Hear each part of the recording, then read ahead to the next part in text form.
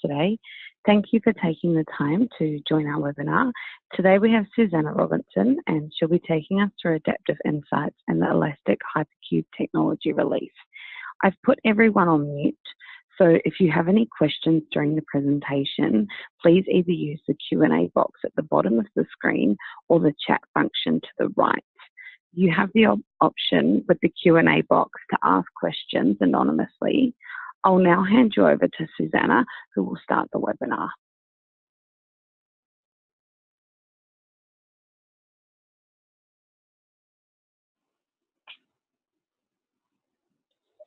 Hello, everyone. Anna, can you just confirm that you can hear me okay, just before I get going? Yes, I can hear you. That's fine. All good. Fantastic. Thank you very much. Okay, hello everyone. Thank you very much for joining our webinar this morning. As Anna mentioned, we'll be taking you through the EHT, or the Elastic Hypercube technology release. I'm just going to go ahead and share my screen.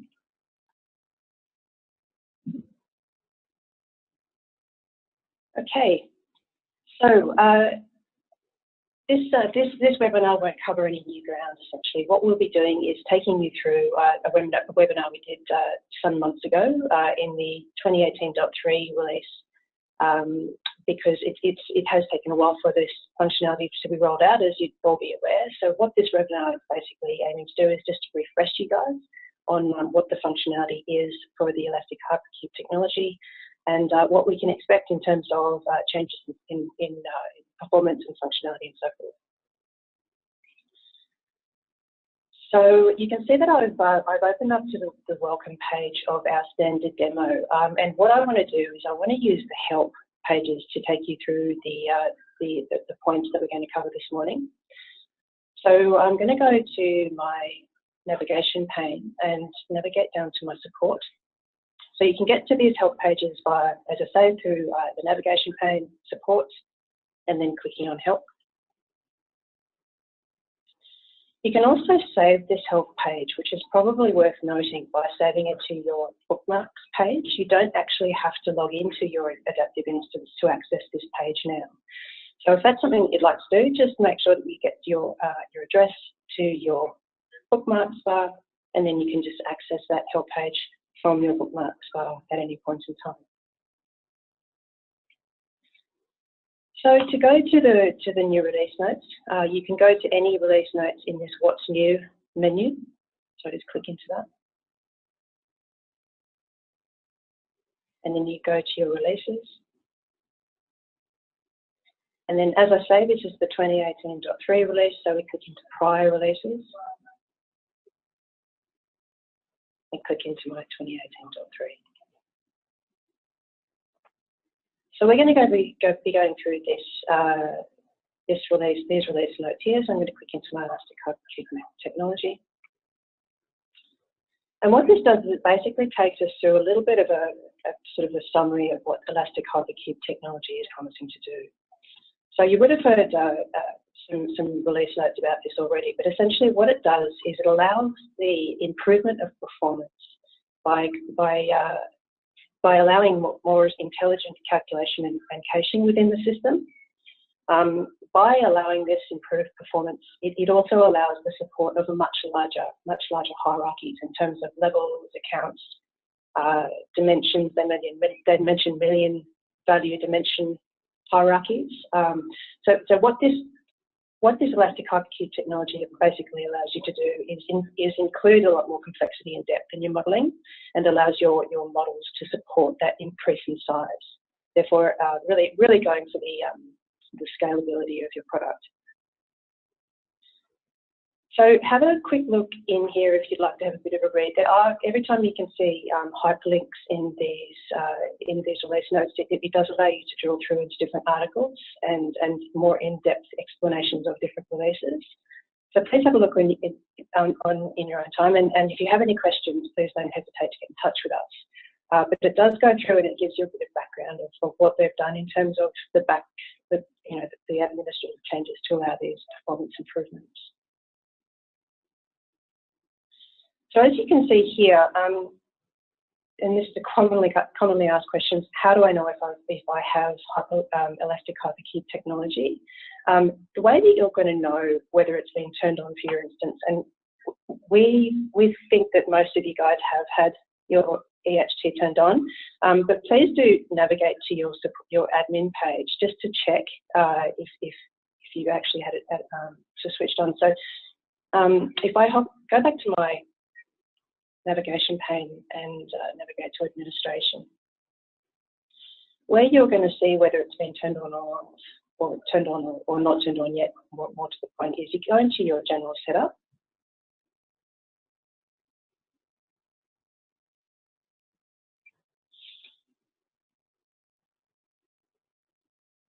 And when I scroll down here into my enabled features, see down here in my elastic hypercube, I've got this box checked. So previously, before this functionality was rolled out, this elastic hypercube box wasn't there. So essentially, just to check whether your instance has this checked, you go to this screen here to check that. Okay, so let's close out of that. And let's use these release notes just to walk through the features.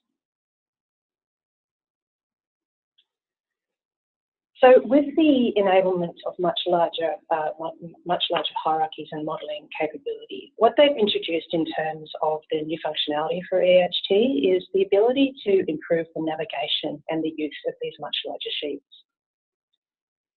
So the first functionality I'm going to show you today is the add row capability.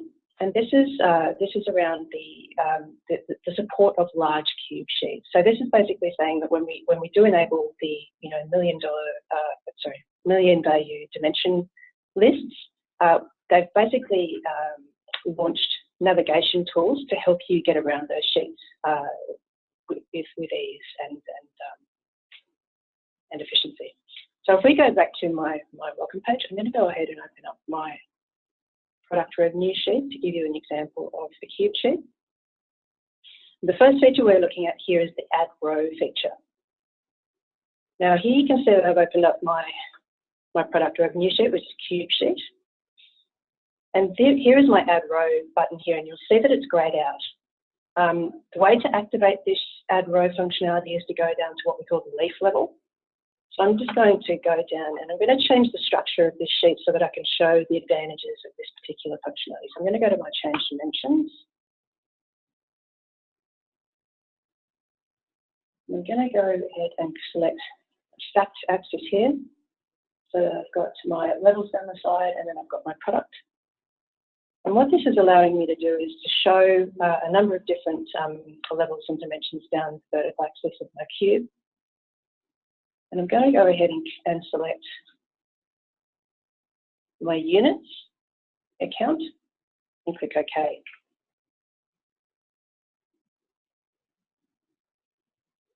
Now you can see that's now taking me down to my editable view or my leaf level of the sheet. And you can see that my add row has been activated here now.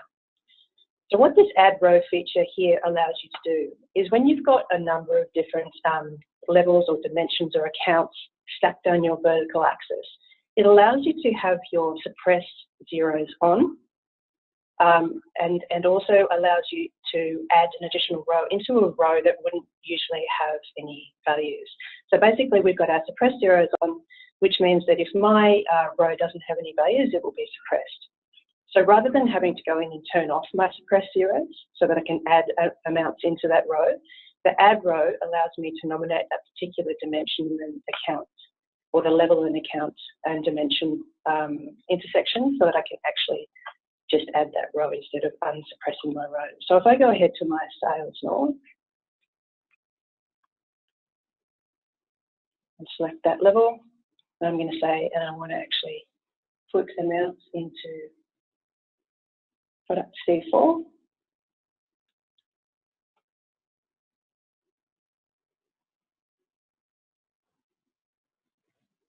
See how now product C4 is there and available for me to actually add values into.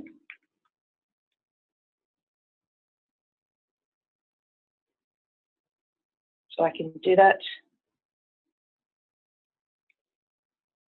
without having to unsuppress all of my rows and then navigate to that particular product. Then I go ahead and save that. And that's allowed me to remain my keep my suppress zero functionality on. So that's an example of the kind of navigation that we've got in the sheet. So yeah, it allows you to navigate as well as having the efficiency of functionalities such as suppress zeros on. Other changes to the cube sheets, not mentioned here, but one of the stats is that the size of the cube sheets have been increased from 1 gigabyte to 5. You can also now add up to 10 dimensions into the cube. So if I go in and have a look at that from a modelling perspective, and I navigate to the admin view of my product sales.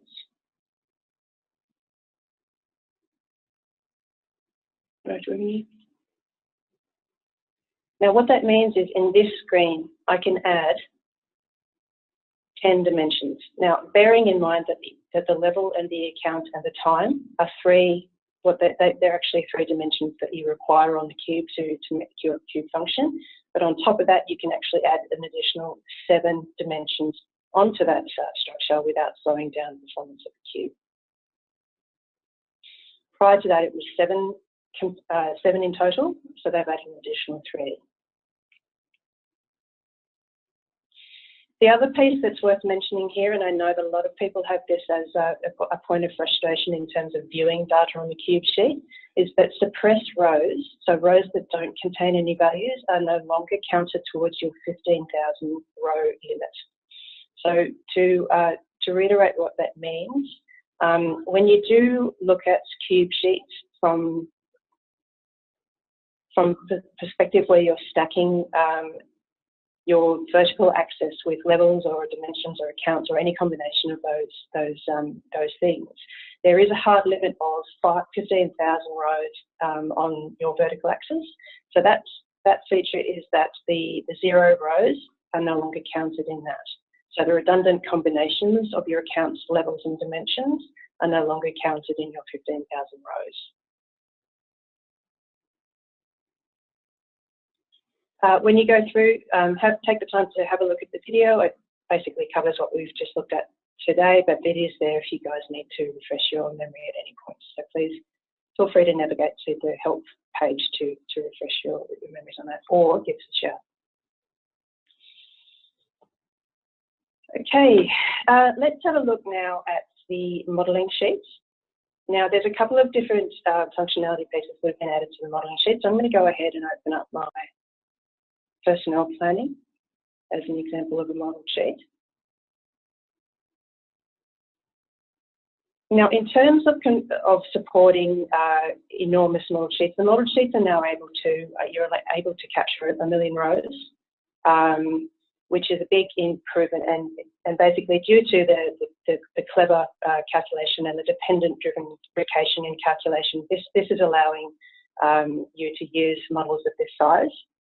But in terms of being able to navigate these models, you can now set in your general admin or your admin general setup how many rows you want each model sheet to load at a time. So if I go down, you can see that I've captured my total company. And if I go down to the bottom, it tells me how many rows it's showing of the total rows there. So if this isn't a very big one, you can see that I've only got 121 rows in total on my demo environment. But if you did have a model sheet that did have, 100,000 rows, it allows you to nominate the number of rows that load whenever you open the sheet. So let's navigate to the admin and open that in a new tab. And go back into general setup.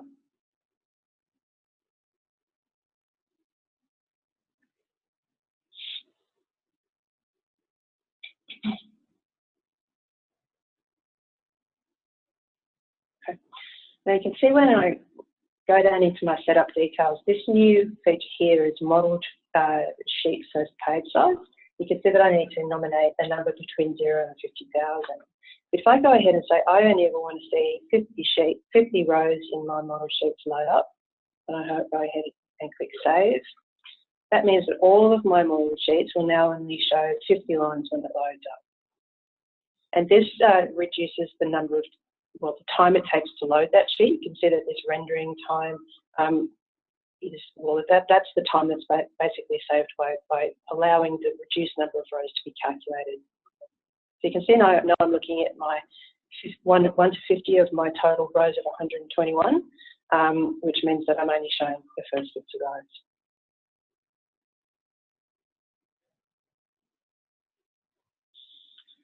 The other piece that's been nominated here is that they've changed the filter here that was a search filter to be a filter function. So previously, if I go back to my model sheet, you can see that this field here used to be search. So what you do is you type in words or partial words or numbers, and what that would do is take you to the next match on the sheet. You'd remember that the cell would be coloured yellow, and you'd basically be able to navigate from there. What this sheet now does is it applies a filter on the face of the page. So if I go ahead and type account executive and click enter, see now that I've typed that in, or only the titles here that are agreeing to my account executive are being shown. And if I scroll down to the bottom, you see I'm seeing 1 to 50 of 57 items, so 57 rows. Now, it's worth noting at this point that pagination is in the next release. So I can't then click to my next page to see the remaining 7 rows of data. What I do need to do is I need to use this filter in conjunction with this filter to reduce my data set. So I go ahead here and I say, I want to see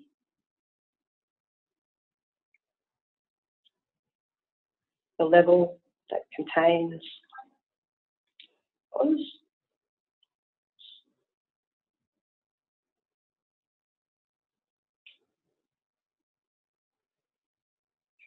So it's not quite right, let me go back and fix this.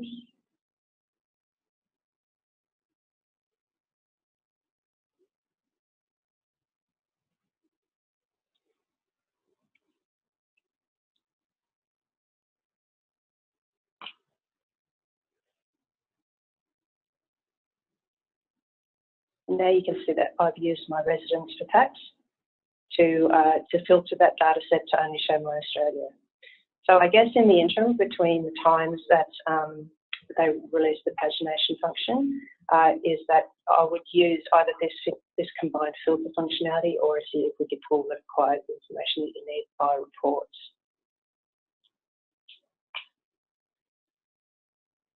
Okay. Now it's worth mentioning here that you've got keyword filters. You can use wildcards, so partial words. You can also use numbers and that kind of stuff. So as this says here, unlike the search previously where it takes you to the next match, it'll show you all of the records that match your filter criteria. Now, it's very much worth mentioning here that it's searching all of your records to pull this information. So if you've only selected 50 rows like I did, it's not just looking at that first 50 row, it's looking at all of your data records to pull through those matching rows to match your criteria. Okay, so let's take a look at the filter functionality that they've added to the cubes. So what you can now do is you can filter attributes via products. You've always been able to, or attributes via dimensions. You've always been able to filter dimensions via attributes, but they've just flipped it around and said, okay, if I choose my particular dimension, it will show me the attributes that relate to that dimension. So if we go and have a look at what that looks like, let me go back to my product revenue.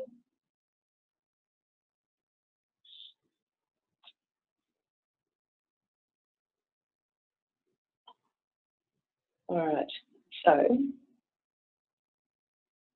if I switch this page around, so I'm going to have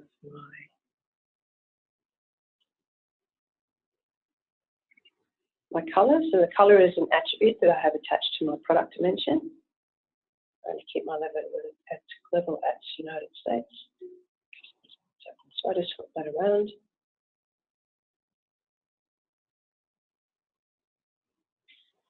So you can see here that I've selected product A, and that product is showing this particular colour attribute. So if I go ahead and select my product B2, you can see that that shows that the attribute for B2 in the colour attribute hierarchy is orange. Let's just flip that around. That wasn't previously available, where you could actually filter your attributes by the product you selected.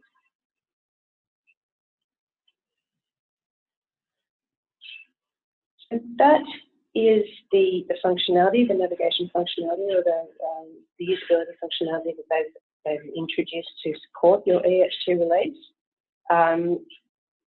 It'd be interesting to get some feedback from you guys to see if after this EHT release you have been seeing improved performance. I know that with some clients I've been working with that has been the case, but please feel free to reach out to us and let us know what your feedback is. Have you seen a better performance? Is there anything that you'd like to feedback? Because it'd be very interesting to know your experience with this EHT release. And yeah, to come in terms of the releases that we're expecting in the future, as I say, we're expecting the pagination to come for navigation around those model sheets. We are also expecting the same improved functionality to release the reports. So that's what we're expecting to come in the near future to support this piece. And as you know, this will be continue to be supported and improved as time goes on. So Anna, I might switch back to you to see if there's any questions that have come through. Is there anything that you guys would like me to drill down to further? Oh, thanks, Susanna. We have a couple of questions.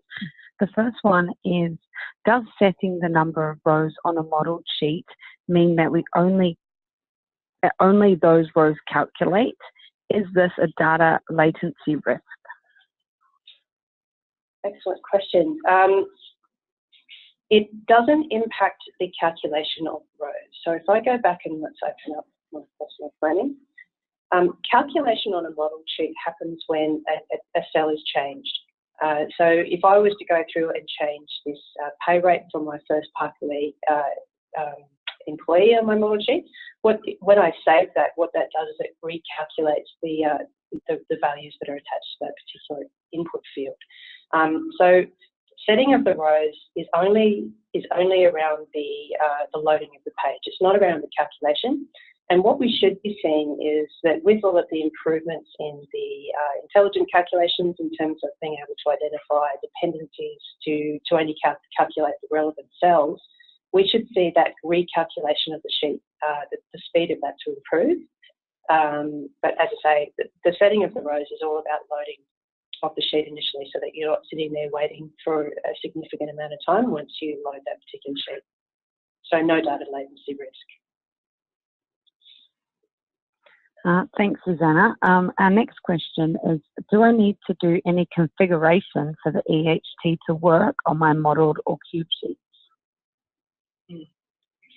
No. Again, if we go back to our administration page and go into general setup, its general setup is the only place you need to go.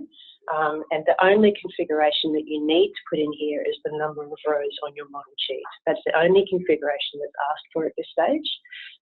Because, as I say, this checkbox has been checked once the features have been rolled out to your instance. And you can see here that I can't untick that. So that is actually something that Adaptive rolls out and Adaptive controls.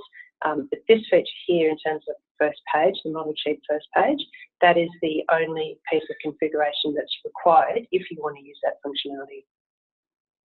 If you go to your cube sheets when you want to try to add a row and you can see that it's, you can see this button that is here, but it's grayed out, just remember to navigate down to the leaf 11 so that you can see editable cells, and then you should see that add row feature enabled.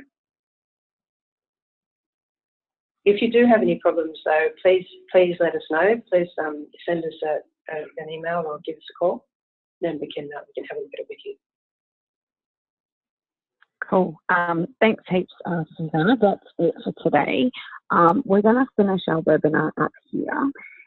For those of you that want to listen again, I'll send out a recording to all the registered participants probably by close of business tomorrow.